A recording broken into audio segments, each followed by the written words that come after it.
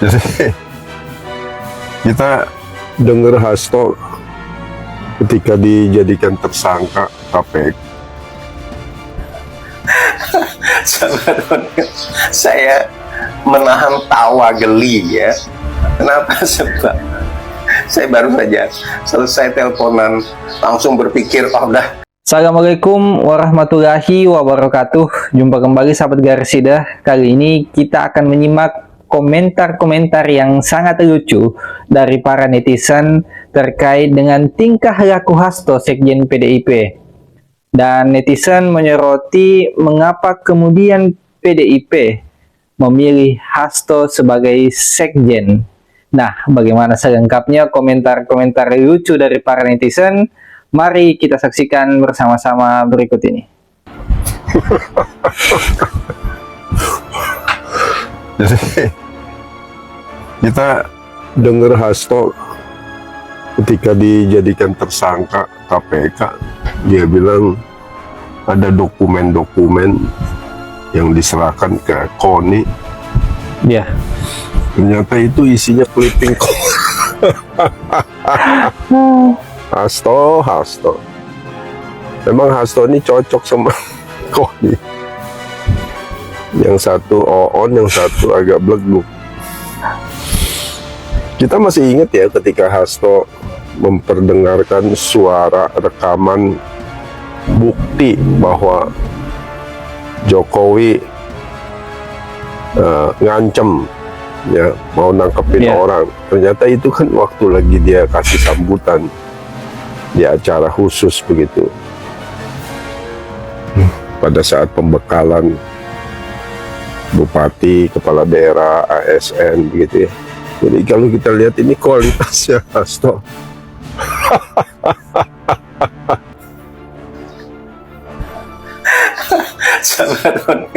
Saya menahan tawa geli ya. Kenapa? Sebab saya baru saja selesai teleponan langsung berpikir, oh udah bikin video TikTok saja. Saya baru teleponan dengan salah satu teman di Jakarta. Kami saling menanggapi, katanya Bang Onel. Gimana tanggapan Bang Onel terkait video yang saya kirim? Saya katakan luar biasa. Saya baru mendapatkan ada seorang sosok manusia yang santainya luar biasa.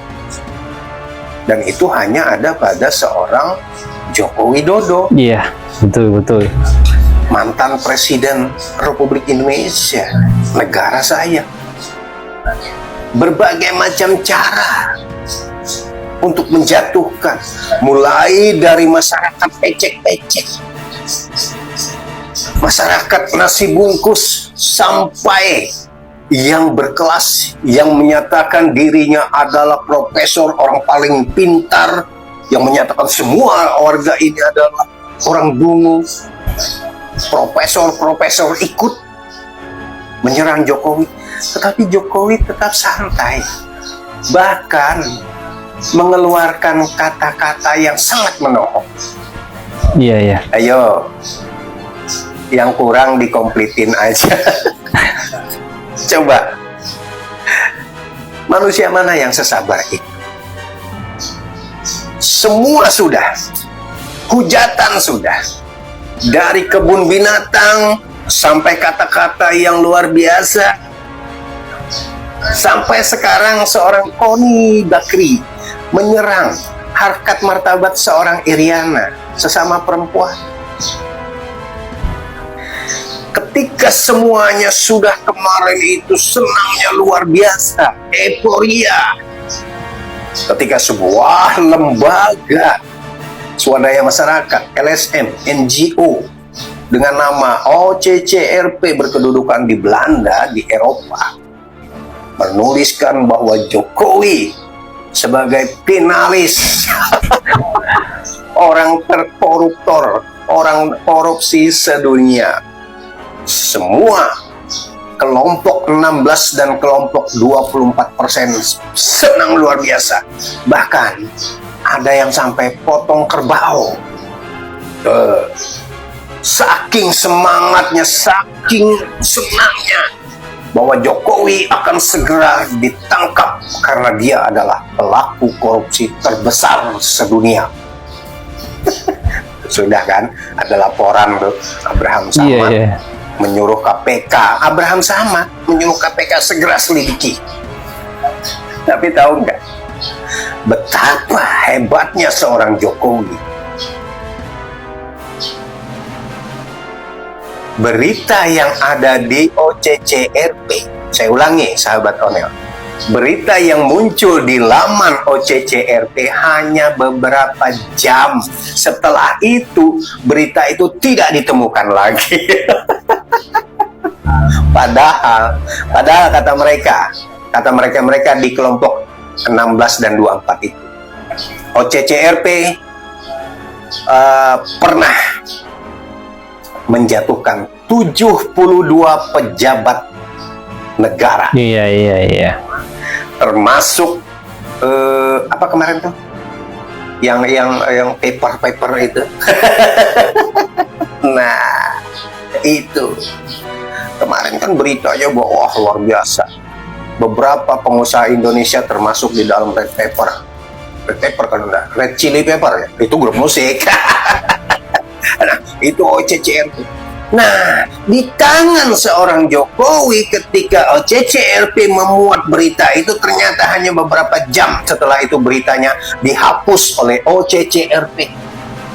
Artinya, sahabat Onel, artinya dulu OCCRP sukses membuat berita menjatuhkan pejabat-pejabat negara lain, dan OCCRP semakin besar, semakin dipercaya. Tetapi di tangan Jokowi, disinilah kehancuran OCCRP. Ketika beritanya hanya beberapa jam setelah itu hilang, maka anjloklah OCCRP. Artinya, OCCRP menyebarkan berita yang tidak valid. Berita yang tidak valid dari OCCRP. Saya ulangi, artinya OCCRP yang menjadi kebanggaan euforia sesaat, kelompok 16-24% itu hilang. Kita tidak bisa lagi mengakses, mencari berita bahwa Jokowi adalah seorang koruptor nomor 2 di dunia. Tidak ada lagi. Saya juga coba belajar sampai saya datang ke teman saya, bagaimana caranya kita membuka laman OCCRP. Kita cari, ternyata tidak ada, sudah ditutup. Aduh. Ayo, seperti kata Pak Jokowi, ya. Ayo, yang kurang dikomplitin. Lagi di dalam negeri sudah, KONI sudah, apalagi KONI sekarang nggak berani pulang ke Republik ini. Iya. Dan saya sedikit titip pesan buat KONI Bakri. KONI, Anda seorang perempuan, Anda melecehkan perempuan juga. Anda nyebut anak durhaka. Coba ngaca sedikit ya, KONI ya, ngaca sedikit, berdiri di depan kaca. Bandingkan dengan Ibu Iriana. Iya. Lebih bernilai mana? Pasti Ibu Riana. Anda seorang profesor, Ibu Iriana hanya perempuan biasa. Si KONI ini. Tetapi KONI, Ibu Iriana sukses memegang nilai harkat martabat seorang perempuan, menjaga keutuhan rumah tangga, dibanding Anda 3 kali Anda menikah dan gagal. Artinya Anda adalah perempuan gagal. Karena kode keberhasilan, kesuksesan seorang perempuan itu adalah ketika dia berhasil membina rumah tangga, membesarkan anak-anaknya menjadi seorang yang sukses, mendampingi suami. Anda? Baik, sahabat Onel. Jadi sekali lagi, Jokowi memang luar biasa. Pelan tapi pasti, dan OCCRP yang dibanggakan oleh orang-orang di dunia termasuk Indonesia, yang katanya berhasil menumbangkan 72 tokoh-tokoh dunia. Tetapi di tangan Jokowi, OCCRP ambruk. Iya. Dan label bahwa OCCRP adalah lembaga yang bisa disuap memiliki kebenaran. Kenapa? Karena beritanya hanya sekian detik, sekian menit saja, setelah itu hilang. Halo, yang sudah bayar OCCRP, pesan beritanya masuk, bagaimana? Berapa kerugian? Salam akal sehat, Indonesia cerdas. Saudara, keadaan PDIP saat ini seperti rumah tangga ditinggal sang bapak. Sementara sang ibu marah-marah, bapaknya pergi, dan anak-anak kocar-kacir, saudara, karena tidak ada keteladanan, tidak ada figur sang bapak di dalam rumah. Sementara ibu juga kewalahan mendidik begitu banyak anak. Ya, anak yang paling besar juga Hasto bermasalah hukum, sudah jadi tersangka KPK. Sang ibu juga galau terus karena makin tua, sudah makin tua renta. Ya, apa daya, saudara? Sementara tetangga ikut nimbrung, yang ngegerecokin rumah tangga, ngomong yang bukan-bukan. Iya. Ya, tentang sang bapak lagi, ya, menjelek-jelekan. Dan ketika kasus OCCRP muncul, wah, ini anak-anak senang sekali, saudara. Rasain lu bapak, kenapa lu tinggalin rumah? Sekarang lu jadi koruptor. Ya, harusnya juga diperiksa oleh KPK, persis seperti si Pak Hasto itu. Betul. Ya, tapi ternyata OCCRP mencabut beritanya dan hilang dari lamannya, dari websitenya, dan mengatakan, mengklarifikasi bahwa Bapak Joko Widodo itu tidak terbukti ya. Wow, Pak Jokowi tidak Kami terbukti. mengadakan polling itu berdasarkan email yang masuk, yang ternyata dikoordinir oleh Tempo dan gengnya. Ya mungkin ini orang PDIP juga. Kasihan. Nah, yang repotnya ini tetangga-tetangga ini yang kagak tahu malu. Ya, ada Ibu Koni ikut campur, ikut ngebully. Ya, Ibu Iriana.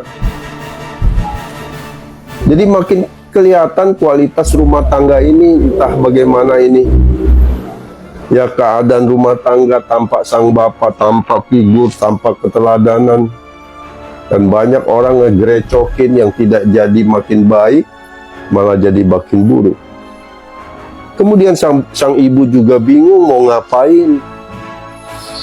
Ya, mau ngapain. Sementara anaknya kocar-kacir, yang ke sana bicara, di sana bicara. Ya, di sana berkomentar. Iya. Yang akhirnya makin bertambah ruwet dan membuat suasana rumah ini makin menjadi rusuh. Betul. Kasihan kan? Saya prihatin sekali. Keadaan rumah tanpa keteladanan seorang bapak itu sungguh sangat mengenaskan dan memprihatinkan. Tapi gimana lagi? Mau mengharapkan sang ibu tiba-tiba sadar dari segala kesalahannya dan kemudian memanggil sang bapak pulang, itu juga kagak mungkin. Karena sang ibu terkenal dengan arogannya, kesombongannya. Kalau sudah musuhin orang, mungkin butuh 20-30 tahun, belum tentu juga bisa pulih. Nah, inilah yang memprihatinkan. Rumah PDIP tanpa figur seorang Bapak Jokowi menjadi makin kalut. Kita bisa mengambil kesimpulan bahwa dua orang tadi menjelaskan tentang bagaimana upaya yang dilakukan oleh Hasto dan PDIP mencaci maki, memfitnah, dan lain sebagainya yang memframing jahat Pak Jokowi itu tidak berarti apa-apa. Apalagi dengan yang baru-baru kita saksikan tentang rilis OCCRP tentang Pak Jokowi yang masuk sebagai nominasi tokoh paling korup di dunia itu ternyata dihapus setelah beberapa jam diposting, dan OCCRP mengklarifikasi tentang kebenaran datanya yang diambil berdasarkan dengan email yang tentu itu tidak valid untuk dijadikan sebagai sebuah patokan bahwa apakah betul Pak Jokowi korupsi atau tidak. Dan saya kira memang Pak Jokowi tidak korupsi. Nah, bagaimana pendapat sahabat Garsida? Silakan tulis di kolom komentar. Jangan lupa like, share, dan subscribe jika konten ini menarik. Dan sampai jumpa di konten berikutnya.